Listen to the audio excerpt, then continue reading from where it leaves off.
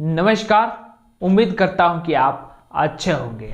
आज के इस वीडियो में हम समझने वाले हैं कि राजस्थान के टोंक जिले की देवली उनियारा विधानसभा सीट पर जो कर्तव्य हुआ है उपचुनाव में, वहां के एक उम्मीदवार ने एक सरकारी कर्मचारी यानी कि एसडीएम को जो थप्पड़ मारा था, उस थप्पड़ के बाद राजस्थान की राजनीति में हलचल बहुत ही ज्यादा तेज हो गई है और सभी की निगाहें देवली उनियारा पर आ गई हैं। वैसे राजस्थान की 7 विधानसभा सीटों पर चुनाव हो रहा है, लेकिन सभी की निगाहें इन सीटों से हटकर देवली उनियारा पर चली गई, क्योंकि देवली उनियारा में नरेश मीणा ने, जो कि निर्दलीय उम्मीदवार है, नरेश मीणा ने एसडीएम को थप्पड़ मार दिया है। इस थप्पड़ के बाद अब नरेश मीणा पर कानूनी कार्रवाई होनी शुरू हो गई है। नरेश मीणा को सजा होने वाली है। 3 से लेकर 10 साल की भी सजा हो सकती है अगर उस कानून के दायरे में आ जाते हैं। साथ ही ये वीडियो बहुत ही इंटरेस्टिंग होने वाला है, तो आप इस वीडियो में आखिरी तक बने रहें।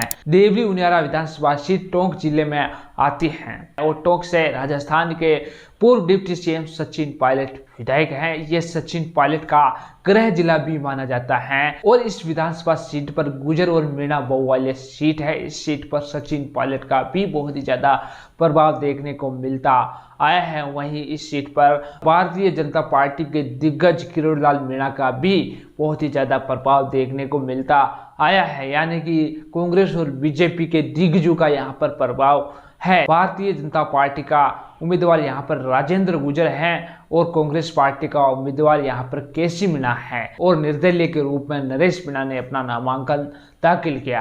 13 नवंबर को उपचुनाव हुए हैं। उस उपचुनाव में समर्था गांव वालों ने वोट देने से इनकार कर दिया। सभी ने आंदोलन छेड़ दिया कि हमारे गांव को जिस उपखंड में जोड़ा गया है, हम वहां नहीं रहना चाहते हैं, हम पहले थे वहीं रहना चाहते थे। इसका विरोध में लोगों ने वहां पर वोटिंग नहीं की। इसी के चलते जिस एसडीएम की चुनाव आयोग ने वहां पर ड्यूटी लगाई थी, उस एसडीएम ने लोगों से समझाइश की कि आप वोट डालो। कई बार समझाने के बाद भी लोग वोट डालने के लिए तैयार नहीं होते हैं। वहाँ के कुछ सरकारी कर्मचारी थे, उनसे एसडीएम ने बात की थी कि आप तो समझदार हो, आप तो पढ़े लिखे हो, आप तो वोट की कीमत जानते हो, आपको तो वोट करना चाहिए, राष्ट्र हित में योगदान देना चाहिए। उसके बाद उन्होंने तो वोट कर दिया, लेकिन नरेश मीणा ने एसडीएम को थप्पड़ मार दिया है और नरेश मीणा ने बड़ा आरोप लगा दिया एसडीएम पर।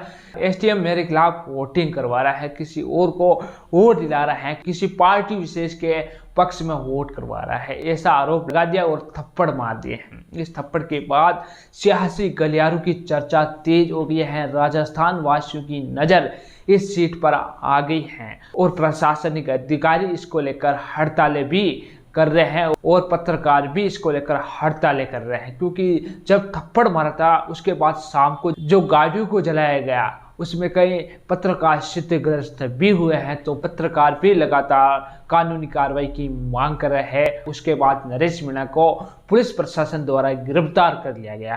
गिरफ्तारी के बाद मीणा समाज के और वहां के स्थानीय लोग लगातार विरोध प्रदर्शन कर रहे हैं कि नरेश मीणा को रिहा करो, नरेश मीणा की कोई गलती नहीं।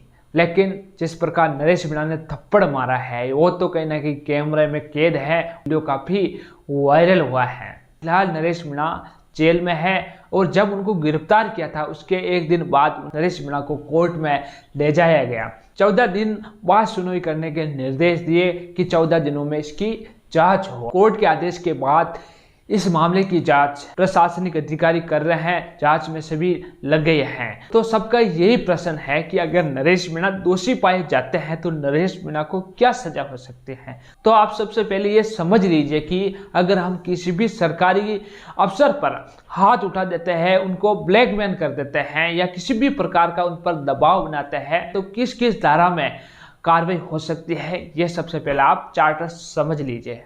सरकारी कर्मचारी को अपशब्द बोलने पर धारा 504 सजा 2 साल की। सरकारी कर्मचारी को धमकी देने पर धारा 506 के अनुसार सजा 3 साल की हो सकती है। सरकारी कर्मचारी के साथ मारपीट करने पर धारा 332 के तहत 3 से 10 साल की सजा हो सकती है। सरकारी कर्मचारी को ब्लैकमेल करने पर 383, 384, 386 और सजा 3 से 10 साल की हो सकती है। और सरकारी कार्यालय में जबरदस्ती दाखिल होने पर धारा 420 और सजा 2 साल की हो सकती है।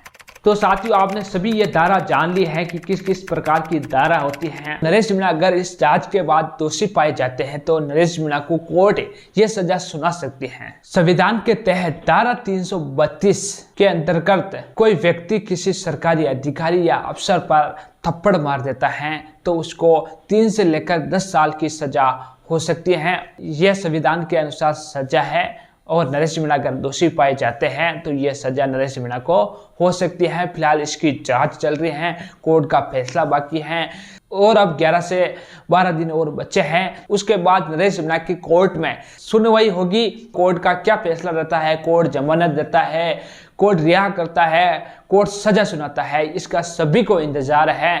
कोर्ट के फैसले का सब इंतजार कर रहे हैं। फिलहाल नरेश मीणा का भविष्य पेटी में बंधा हुआ है और नरेश मीणा फिलहाल जेल में है।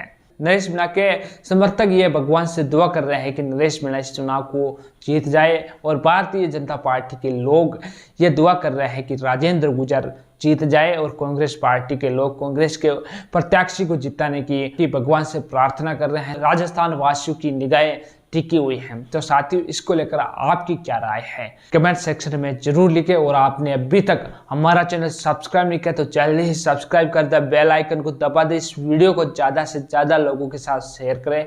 धन्यवाद। जो थप्पड़ मारा था उस थप्पड़ के बाद राजस्थान की राजनीति में हलचल बहुत ही ज्यादा तेज हो गई है और सभी की निगाहें देवली उनियारा पर आ गई हैं। वैसे राजस्थान की 7 विधानसभा सीटों पर चुनाव हो रहा है, लेकिन सभी की निगाहें इन सीटों से हटकर देवली उनियारा पर चली गई क्योंकि देवली उनियारा में नरेश मीणा ने, जो कि निर्दलीय उम्मीदवार है, नरेश मीणा ने एसडीएम को थप्पड़ मार दिया है। इस थप्पड़ के बाद अब नरेश मीणा पर कानूनी कार्रवाई होनी शुरू हो गई है। नरेश मीणा को सजा होने वाली है, 3 से लेकर 10 साल की भी सजा हो सकती है अगर उस कानून के दायरे में आ जाते हैं। साथ ही ये वीडियो